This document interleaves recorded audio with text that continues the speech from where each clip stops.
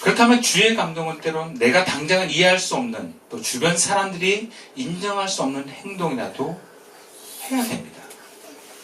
나와 세상 사람들은 대부분 에고에서 자기 이성과 합리로 무장되어 있기 때문에 성령의 인도와 사로잡힘을 많이 놓칠 수 있다는 것을 아셔야 돼요. 그러나 또 한편으로는 나 혼자 주의 감동이라고 뭐든지 옳은 건 아닙니다. 나 혼자 또 좋아서 할 수 있는 헌신도 얼마든지 있을 수 있어요. 최근에 어떤 기사를 보니까 한 목사님이 교회 헌금으로 주식 투자를 하셔가지고 2억 얼마를 날리셨더라고요. 제목도 재밌어요. 교회 헌금으로 주식 투자한 목사. 아파트 명의도 쓱. 깜짝 놀라가지고 봤어. 그러니까 뭐 교회 돈으로 투자하고 아파트도 자기 명의로 돌려버리고 이렇게 막 난리쳤더니 이거 적법한 법으로 뭐 했다고 막 핑계대고 아마 손해를 2억 얼마가 봤는데 아마 그 목사님이 그랬을 것지 몰라요. 손해본 것도 난 그럴 줄 몰랐다고. 주님의 뜻이었다고. 그럴 수 있어요. 하나님 나라를 세워가는데 이성과 합리를 넘어가는 과정들이 필요한데 이런 허황된 경우도 있어요. 그럼 목사님들을 통해서 이런 일이 있다는 건 성도는 말할 것도 없다라는 거예요.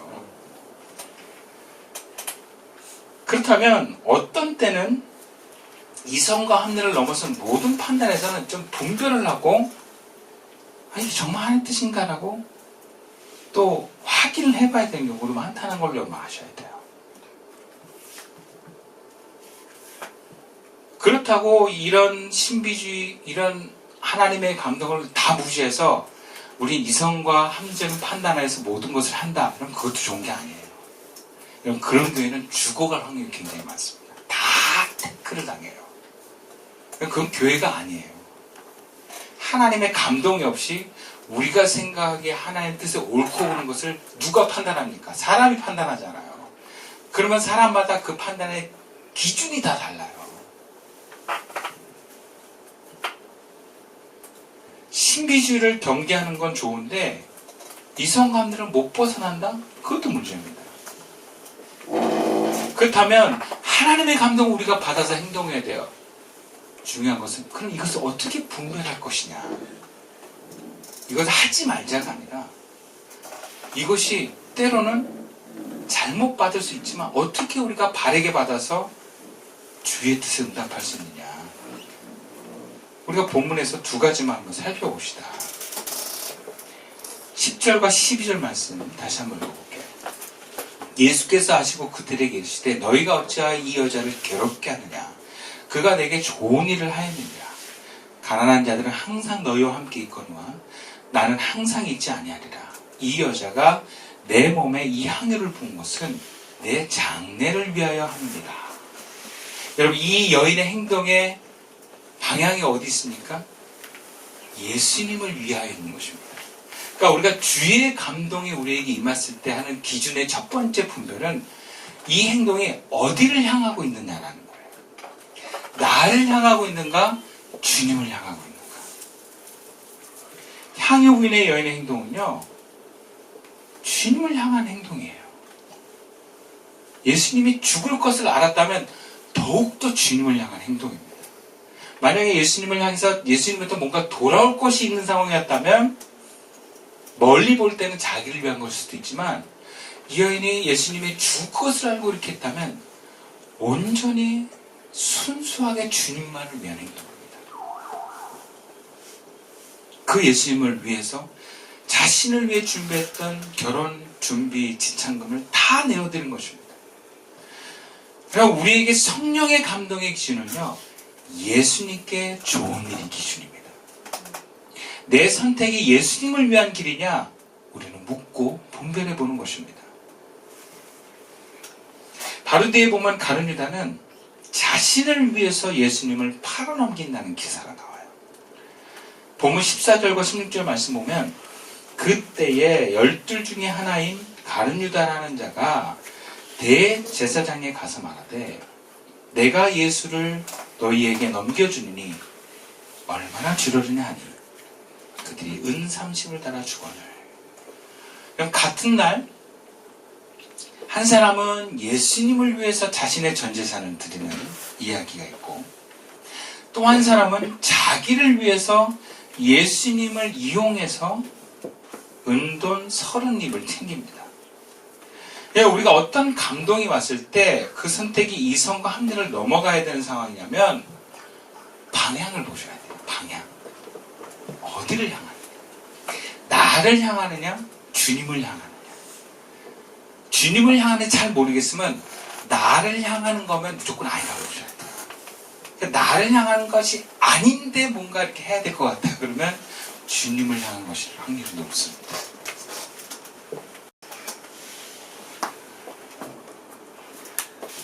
근데 여기 또 문제가 있어요. 많은 경우 또 분별하는데 주님을 위한 것이라는 옷을 입고 속이는 경우도 되게 많아요. 그러니까 우리가 감동이 왔는데 사실은 나를 위한 것이면서 주를 위한다는 착각에 빠질 수도 있어요. 그건 분별이 어려워요. 그럼 우리가 두 번째로 어떻게 해야 주의 감동을 또 우리가 분별하며 나를 내어드릴 수 있겠습니까? 본문 8절과 9절 말씀이에요. 제자들이 보고 분개하여 이르되 무슨 의도로 이것을 허비하느냐? 이것을 비싼 값에 팔아 가난한 자들에게 줄 수 있겠도다. 그러는 거예요. 여러분, 우리가 주의 감동을 분별하려면요, 뭘 봐야 되냐? 첫 번째는 내 안에 감정을 보셔야 돼요. 네. 그러면서 오늘 본문의 표현에 의하면 내 감정과 함께 가룟 유다의 소리를 잘 들어보셔야 돼요. 그리고 두 번째는 교인들과 이야기하면서 분별해 보셔야 돼요. 본문에서 마리아가 예수님께 향유옥합을 불어드릴 때 여러분 제자들이 화를 냅니다. 왜 화를 냅니까? 그리고 화를 내고 합리적인 이유를 댑니다. 뭐가 먼저인 것 같아요? 합리적인 이유가 먼저인 것 같아요? 분노가 먼저인 것 같아요? 분노가 먼저입니다. 분노는 왜 화가 나는가? 자기의 유익과 이기심이 눈앞에 보여지는데 사라지기 때문에 그런 거예요. 여러분, 사람이 화낼 때는 이유가 있습니다. 근데 자기가 몰라요. 왜 화가 나는지. 그래서 감정을 잘 살피셔야 돼요, 여러분. 내 안에 어떤 분노, 두려움, 그리고 뭔가 다른 사람을 향한 어떤 의도에 따른 감정들, 미움들. 이게 어디서 비롯되는가를 보셔야 돼요. 왜 화가 나지? 가룟다 같은 경우에 야, 저거 내가 나한테 마리아가 우리 공동체에 이 향유를 좋은 데 쓰십시오 주면 그걸 내가 받아가지고 이걸 팔아가지고 사실은 5천만 원 받았으면서 3천만 원에 팔았습니다 하고 이다가 2천을 챙길 수 있었는데 하면서 그걸 못해가지고 아유 아까워 2천만 원. 그러면서 화가 나는 거예요. 그냥 아까워서. 다 화가 나고 그 화를 그럴듯한 이유를 포장해서 얘기를 합니다. 다 감정이 먼저 올라와요. 그래서 우리는 화가 난다거나 혹은 화까지는 아니더라도 뭔가 찜찜하다 그러면 그걸 잘 살펴보셔야 돼요. 그리고 그 감정의 뿌리와 이 밑바탕을 잘 찾은 다음에 여러분 이거 어떻게 해야 됩니까? 하나님께 올려드리셔야 돼요. 지금 저에게 이런 마음이 있네요. 지금 저에게 욕심이 있네요. 아니면 제가 이것이 없어질 것에 대한 두려움이 있네요. 저도 오늘 본문을 어저께 묵상하는데 저는 마리아의 오빠 나사로라고 나사로 딱 보는데요. 더 화가 나는 거예요. 야, 쟤는 결혼하면 누구 돈 뜯어가려고 저걸 다 내나. 어쨌든 더 화가 나는 거야. 그러니까 내가 화가 나는 이유는 뭐냐면 제가 저걸 다 드리면 마리아 결혼할 때 내 것을 줘야 되는 거야. 화가 나는 거야. 내 것이 없어질까 대한 어떤 아까워서 화가 나는 거죠. 그러니까 다 여러분 우리 안에 감정에 이유가 있어요, 여러분. 잘 들여다보세요. 그걸 포장해가지고 내가 뭐 나를 위해서 그런 줄 알아? 그러지 말고요. 다 우리 자족을 위해서 내가 희생하는 거야. 목사님들이 주식해서 날려놓고 내가 돈 벌자고 그런 줄 알아. 교회를 위해서 하다 보니까 이렇게 된 거지. 그 말이 됩니까? 남을 위한다는 게 얼마나 우리가 포장합니까? 부부 사이에서도 대화할 때 그런 거 보면 다 상대방을 위했대.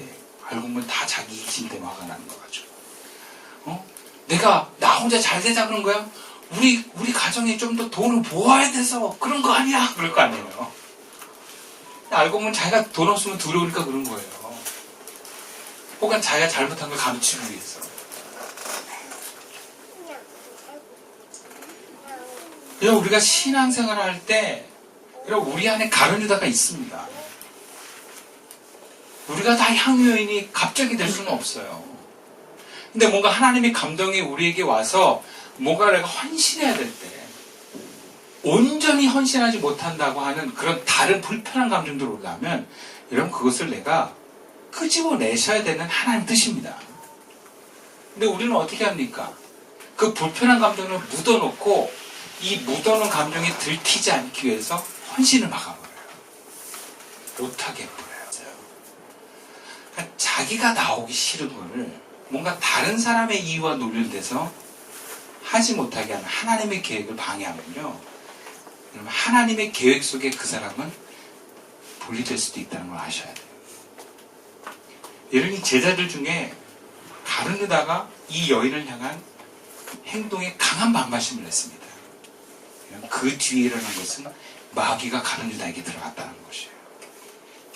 여러분 하나님의 일을 하는 것을 방해하지 마십시오. 여러분 스스로가 하나님을 향한 계획과 뜻이 있는데 그걸 여러분 스스로가 방해하지 마십시오. 하나님이 여러분을 향한 순종에 우리가 온전히 응답할 때 하나님 나라는 더욱 커질 줄 믿습니다. 그럼 이 싸움을 우리가 다 하는 거예요.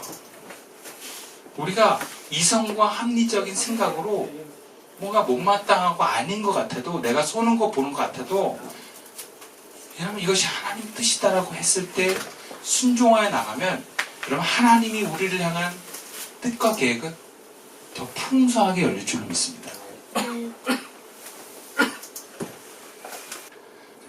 주님께 은혜를 많이 받은 이 가난한 베다니 같은 교회가 하나님께 영광을 돌리는 겁니다. 여러분 아무것도 없어도 괜찮아요. 여러분이 들을 수 있는 걸 함께 들으면 주님 기뻐하십니다. 여러분 우리 교회는 건물도 없어요. 재량도 넉넉하지 않습니다. 그러나 우리가 가질 수 있는 걸 주님께 드리면 주님은 우리 교회를 기뻐할 줄로 믿습니다. 여러분 신앙생활은 그렇게 하는 거예요. 여러분이 성공하고 잘나고 뭐 좋은 집 얻어서 안정적인 생활을 하는 것으로 하나님께 영광 돌리는 것이 아닙니다. 내가 부족하고 없고 초라하지만 내가 가진 것을 주님께 온전히 헌신하고 드리는 것으로 주님 기뻐하십니다. 말씀을 마칠게요. 주님을 향한 구원의 사역에는 자비도 있습니다. 그러나 자비만 있는 것은 아닙니다. 예수님을 위한 아름다운 일도 있습니다. 근데 그 아름다운 일이 다른 사람들을 보기에는 이성과 합리를 넘어서는 일도 있습니다. 하나님의 일하심은 내 이성과 상식을 벗어나기도 합니다. 우리에게는 오직 주의 감동과 순종밖에 없습니다. 그리고 주님께 이런 말씀을 듣는 것이 우리 삶의 목적이 되어야 될 줄을 믿습니다. 너는 나에게 아름다운 일을 했구나. 우리 교회를 향해서도 너희 교회는, 이 시선교회는 나에게 아름다운 일을 했구나. 여러분 그 고백을 받으면서 그 풍성함을 함께 누리는 저와 여러분 될 수 있기를 주님의 이름으로 축원드리겠습니다. 기도드리겠습니다.